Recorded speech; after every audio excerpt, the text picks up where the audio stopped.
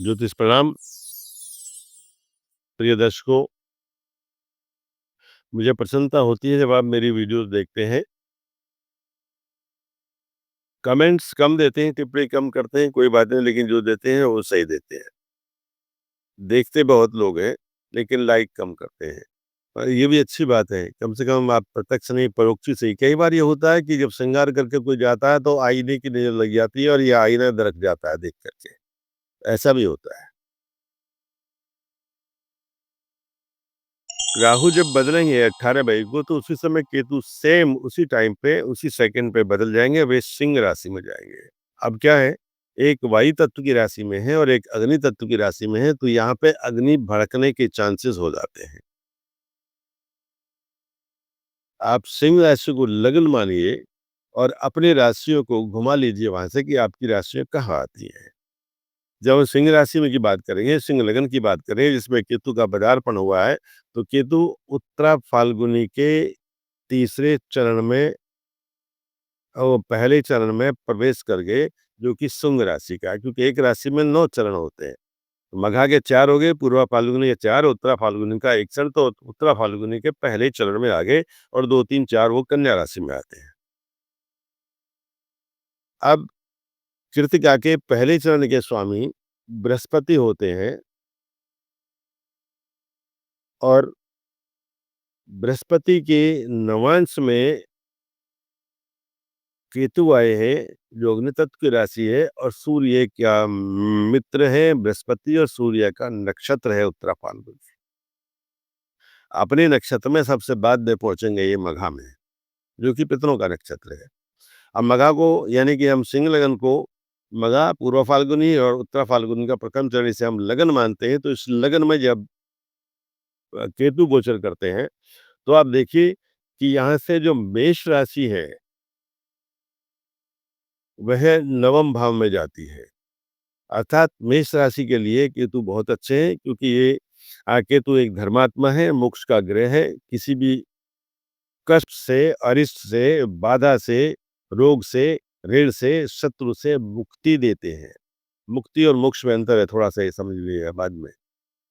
तो ये धर्म का भाव है, इसलिए धार्मिक प्रवृत्ति जातक की बढ़ जाएगी मेष वालों की, और वो धार्मिक कार्यों से पैसे बनाएँगे, पैसे कमाएँगे, धन कमाएँगे, यश कमाएँगे, नाम कमाएँगे, गौशाला में जाएँगे, धर्म स्थानों की यात्रा करेंगे, धर्म स्थानों में दान देंगे, घर में जागरण हो सकते हैं, मांगलिक कार्य हो सकते हैं, जो धर्म से संबंधित है कि संतति की विवाह हो जाए, संतान का विवाह हो जाए, संतान का नई संतान का घर में आगमन हो जाए, ये सब मेष राशि वालों के लिए होगा। व्यापार उनका जैसा चलता है वो वैसा ही चलता रहेगा, कि व्यापार का मालिक नहीं है केतु, उसका कारक नहीं है, उसके कारक बृहस्पति है और धन के, बुध है और शुक्र है, ये कारक है। चांस मनी का भी नहीं है ये। दूसरे, वृष राशि जो आती है वो आती है 10th भाव में, सिंह लगन से। वृष राशि के स्वामी होते हैं शुक्र। वे थोड़े दिन किसी राशि में रहते हैं, उनसे लेना-देना नहीं है, लेकिन ये सिंह और वृष राशि दोनों स्थिर राशि हैं, तो इसलिए उन लोगों के लिए प्रशासनिक सेवाओं में एकदम जंप लग सकता है, प्रमोशन हो सकता है, आपकी प्रोन्नति हो सकती है, आपका व्यापार एकदम बढ़ सकता है, उसका विस्तार हो सकता है। आप देश-विदेश की यात्राएँ कर सकते हैं, व्यापार से संबंधित, कारोबार से संबंधित अपने प्रांत से दूसरे प्रांत में जा सकते हैं और घर बदल सकते हैं, ये भी एक बात है। अपना ऑफ़िस कार्यालय बढ़ा सकते हैं, एक के साथ दूसरा कार्यालय खुल सकता है, एक की शॉप के साथ दूसरी शॉप खुल सकती है, एक उद्योग के साथ दूसरा उद्योग लग सकता है। ये वृष राशि वालों के लिए है, लेकिन आप सोच समझ के और स्थिर कार्य करें। टेम्परेरी मत कीजिएगा, चूँकि आपकी राशि स्थिरता लिए हुए है और लग्न भी स्थिरता है, जिसमें केतु का गोचर हो रहा है, भ्रमण हो रहा है। मिथुन राशि, मिथुन द्विस्वभाव राशि है, तो आप डबल माइंड होकर के कोई योजना नहीं बनाएँ, हमेशा सोच समझ के बनाएँ, चूँकि इस केतु से, सिंह से मिथुन का 3-11 का संबंध है। हालाँकि 11वें भाव में आपकी राशि आती है और ये बहुत अच्छी राशि है, ठीक है? आप इस भाव को देख करके आप लाभ को अपना लक्ष्य मान करके यदि काम करेंगे, तो आप सफल हैं, आप कामयाब हैं, अन्यथा नहीं होंगे। उसके ठीक सामने संतति भाव है, जिसपे केतु की दृष्टि है, वो थोड़ी-सी नई संतान को, नए पालने को, नए गोद में बच्चे को लाने का कोशिश है, प्रयास है, जो कि सफल है।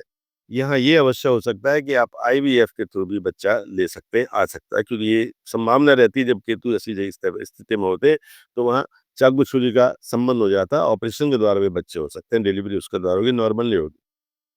और आपका जो व्यापार है, वह इंटरनेट के ज़रिए चल सकता है, क्योंकि केतु इस मामले में बहुत एडवांस है, एडवांस अब छोटा पड़ जाता है उनके लिए, बियॉन्ड एडवांस है। कर्क राशि, कर्क राशि में क्या है कि कर्क राशि केतु से दूसरी है, जो कि कुटुंब की राशि है, और कुटुंब के भाव में मंगल चल रहे हैं, कर्क में मंगल होंगे उस समय। जब ये राशि परिवर्तन करते हैं 18 तारीख को, तो कर्क में मंगल है। अब वहाँ मंगल की सीधी दृष्टि तीसरे भाव पे होगी, अर्थात मंगल की जो दृष्टि होगी वो तुला पे होगी कर्क से, और तुला राशि पर सीधी दृष्टि सप्तम भाव से राहु होगी। तो ये छोटे भाई का, छोटे बहन का, देवर का भाव है। आपका भाई, अच्छी बात तो ये है कि सुननी चाहिए आपको, आपका भाई रडार से गायब हो सकता है, घर छोड़ के जा सकता है, अस्पताल जा सकता है, कारागार जा सकते हैं। आपको सुख कम हो रहा है छोटे भाई का, इसलिए आप मंगल की सेवा करें, मंगल की पूजा करें, हनुमान जी की शरण में चले जाएँ। मेरा निवेदन आपसे है, आप भूलेंगे नहीं इसको, अन्यथा रिज़ल्ट आपको मिलेगा, मिलेगा। जा नहीं सकता खाली। जब इस तरह से की स्थिति होती है, तो ये हमें झेलना पड़ता है, और यदि उस समय तीसरे और अष्टम भाव की, राहु की या इन तीसरे और अष्टम भाव की दशा आ गई, तो रिज़ल्ट आपको अवश्य मिलेगा। हमें अच्छा सोचना चाहिए, अच्छा करना चाहिए। जब सिंह राशि की बात करते हो, सिंह में केतु चले रहे हैं, तो बिना सोचे-समझे अगर आप सड़क पे चले तो मुश्किल हो जाएगी, क्योंकि राहु का तो यहाँ सब का डिपार्टमेंट है, केतु के नहीं है। इसलिए बिना सोचे-समझे, बिना परामर्श लिए अपने बड़ों से, अपने मित्रों से, अपने लाइफ पार्टनर से, स्पाउस से आप कोई भी योजना, कोई भी काम नहीं करें। परामर्श के साथ जाएँ तो आप सफल होंगे, अन्यथा असफलता आपके साथ चलेगी साया बन कर के, ये मान के चलिएगा आप। सिंह राशि वालों के लिए विशेष तौर से मैं कह रहा हूँ।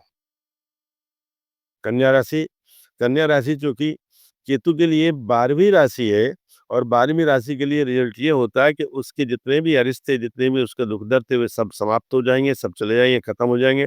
उसका ऋण उतरने लगेगा, शत्रु सरेंडर करने लगेंगे।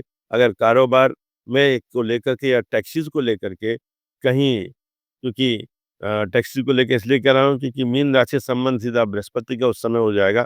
ये टैक्सी को लेके कोई मुकदमा, कोई केस चल रहा है किस तरह का, तो उसमें आपको विजयश्री मिल जाएगी, उससे आपको मुक्ति मिल जाएगी। वाद-विवाद में आप विजयी हैं। तुला राशि जो कि केतु से 11वीं बैठ रही है, और 3-11 का संबंध मैं पहले भी बोल चुका हूँ कि ये लाभ और पराक्रम का संबंध होता है, तो आप जितना परिश्रम करेंगे, जितना मेहनत करेंगे, उतना कमा लेंगे, उतना अर्जित कर लेंगे, उतना संग्रह कर लेंगे। धन की बात तो ये रही। इसी तरह जितने मित्र आप बना लेंगे, जितने रिश्ते आप बना लेंगे, जितना अपने परिचय क्षेत्र को फैला देंगे, विस्तार दे देंगे, उतना आप कारोबार से, व्यापार से, अपने परिचय क्षेत्र से धन कमा सकते हैं, और यश भी कमा सकते हैं, कि केतु के पास पताका है, किसी और प्लैनेट के पास नहीं है। ध्वजा इन्हीं के पास है। तो यश पताका आपकी लहरा देंगे, इसमें हम इतर या उतर नहीं हो सकते। इसके बाद में आती है वृश्चिक राशि।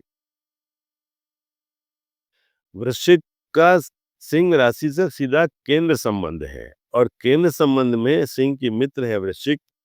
तो ये केंद्र संबंध में ये होता है कि दोनों प्लेनेट एक दूसरे का साथ देते हैं, यानी दो मित्र मिलकर के एक काम करते हैं, एक योजना पे आगे बढ़ते हैं, तो उस पे अग्रसर होते चले जाते हैं, और उसमें हमको उत्तरोत्तर उन्नति प्रोन्नति मिलती चली जाती है। हम पीछे मुड़ करके नहीं देखते। आपके लिए बहुत अच्छा समय है, क्योंकि इसी समय आपको जो बुध प्लेनेट है वह आपका साथ देगा, क्योंकि वह एकादश भाव से सीधा संबंध बनाएगा, जो कि आपके लिए लाभान्वित होगा। इसके बाद वृश्चिक के बाद धनु राशि है, नवम पंचम योग है इनका। तो धनु राशि अग्नि तत्व की है, सिंह राशि भी अग्नि तत्व की है, ये दोनों अग्नि तत्व की हैं, और सिंह और धनु दोनों आपस में मित्र भी हैं। बृहस्पति और सूर्य की मित्रता परम मित्रता है। एक राजा है, एक मंत्री है, और इस संवत के तो राजा भी आप ही हैं, तो मंत्री को उनके कहने में चलना पड़ेगा। तो बृहस्पति यदि अपने बड़ों की परामर्श मान करके आप काम करें, सरकारी कर्मचारी का परामर्श अपना मान लें, उसके आदेश को परामर्श मान करके, समझ करके आप काम करें, तो आपके पास सफलता कहीं आपको छोड़ करके पूरे वर्ष भर, संवत भर कहीं नहीं जाती है। आपकी जय ही जय है। ये पंचम भाव अचानक मनोरंजन का और अकस्मात बनी का, यानी शेयर मार्केट से, सट्टे बाजार से आपको लाभ हो सकता है, उसमें भी हमें हानि नहीं है, उसका भी भाव है। ये देखिए, अब आती है आपसे केतु से एकदम छठे भाव में, यानी केतु वहाँ से अष्टम बैठ जाएँगे, एक तरह से ये माने, तो आप ये आती है हमारी मकर राशि। मकर राशि और सिंह राशि का आपस में षडाष्टक योग है और इनकी मित्रता भी नहीं है। ये पृथ्वी तत्व की राशि है, वो अग्नि तत्व की राशि है, इन दोनों की मित्रता वैसे एलिमेंट्री भी नहीं है, तो थोड़ी-सी हानि है। आपको भूमि, भवन, संपत्ति से लॉस हो सकता है, पुराना कारोबार चलता हुआ बंद हो सकता है या बदलना पड़ता है, बदल सकते हैं, तो आप पहले ही अपनी तैयारी कर लें, पहले ही योजना बना लें, बजाय 18 मई का हम वेट करें, उससे पहले हमें ये कर लेना चाहिए। उसके बाद करेंगे तो थोड़ा स्थिर दिन में करेंगे, अर्थात स्थिर दिन हमारे पास शनिवार आता है, नक्षत्र कोई अच्छा हो, उस दिन हम एस्टेब्लिश कोई भी कंपनी, कोई भी उद्योग, कोई भी संस्थान कर सकते हैं, ये आपको लाभ होगा। आप इसमें इंस्टीट्यूशनल एरिया में जा सकते हैं कि हम शैक्षिक संस्थान खोल सकते हैं, कोई मठ या मंदिर बना सकते हैं, वो भी आपके पास है, धर्मशाला बना सकते हैं, कोई ट्रस्ट खोल करके उसको खड़ा कर सकते हैं। ये हमारे पास है, ये हम कर सकते हैं कि यहाँ केतु आपका, क्योंकि ये धार्मिक ध्वजा का मालिक है, तो ये यहाँ केतु आपका साथ देगा। जितने भी अरिष्ट वाले हैं, जो हानि वाले हैं, उन सबको ये लाभ में बदल देगा, ये उसका काम है। अब आई थी कुंभ राशि। कुंभ बिल्कुल आमने-सामने है, दोनों की मित्रता है, वहाँ पे राहु पहले ही चल रहे हैं और इनसे आपके उद्योग को, आपके काम को, आपकी शिक्षाओं को, आपकी विदेशी यात्राओं को, आपकी विदेशी शिक्षाओं को, वहाँ से मिलने वाली डिग्रियों को बहुत लाभ होगा, उनका बोलबाला होगा, आप ठीक रहेंगे, कुशल रहेंगे, लेकिन एक बात ध्यान रहे कि भाइयों में विवाद भी होगा। इसलिए पहले से ही अलग रहें या 1 साल के लिए मौन धारण कर लें, तो ज़्यादा अच्छा रहेगा, आपका रिश्ता भी बचा रहेगा और काम भी हो जाएगा। प्रशंसा करें तो प्रशंसा मिलेगी, उनकी निंदा नहीं करेंगे, निंदा छोड़ दिए, निंदा रस सबसे अच्छा रस है, हम बहुत आनंद लेते हैं उसका, दूसरे की निंदा करने में, इसलिए इस रस से आप विरक्त हो जाइए, तो सर्वोत्तम रहेगा। मीन राशि, चूँकि अष्टम में आती है, जल तत्व की राशि है और अग्नि तत्व की राशि है, कोई तालमेल नहीं है दोनों का, इसलिए आप जल यात्रा करें, जल के आस-पास जाएँ तो थोड़ा संभल के जाएँ, चाहे आप तालाब में नहाएँ या नदी में नहाएँ, उससे बच कर के रहें, दूर से प्रणाम करें, ये आपको हानिकारक है तो हानिकारक है। अगर आपने पिछला पानी का बिल नहीं दिया हो, तो बढ़ कर के पेनल्टी के साथ भी आ सकता है, वो भी आपको देना पड़ेगा। क्योंकि केतु पुराने कर्ज़ों को जल्दी चुकवाते हैं, एक बैलेंस नहीं रखते, उनकी एक नीति ये है। तो इसलिए वो देख लें, आपका कोई ऋण बकाया हो तो उसे चुका दें, फटाफट निकाल दें उसको, तो आप आनंद में रहेंगे और केतु आपका साथ हो जाएगी। 12 राशि होगी, इसके साथ मैं इस वीडियो को पूरा कर रहा हूँ। आप चैनल को लाइक करें, सब्सक्राइब करें, फलते-फूलते रहें, सेहत ठीक रहे आपकी, मेरी शुभकामनाएँ। श्री हरिशा।